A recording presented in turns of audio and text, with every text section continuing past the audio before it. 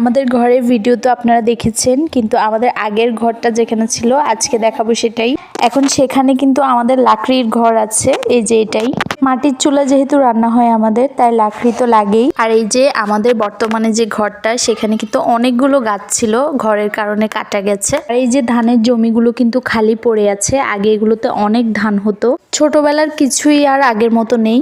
এই যে আমাদের এই পুকুর ঘাটটা, আমি স্কুলে যখন পড়তাম তখন থেকেই আমরা এখানে গোসল করি। নারকেল গাছগুলো দেখলে এখন খারাপ লাগে, আগের মতো সেই নারকেল এখন নেই। আগে আমাদের বস্তা ভরে ভরে নারকেল বিক্রি করতো, আর এখন আমরা অন্যদের থেকে কিনি। আর এই রাস্তাটা অনেক স্মৃতি জড়ানো আছে এই রাস্তায়। শীতের সকালে কুয়াশায় হেঁটে হেঁটে মক্তবে যাওয়া আর স্কুলে যাওয়া সবই এখন স্মৃতি। শৈশবের আরেকটা স্মৃতি এই বার্মিজ আচার। স্কুলে গেলে প্রত্যেকদিন 4-5টা তো খেতামই।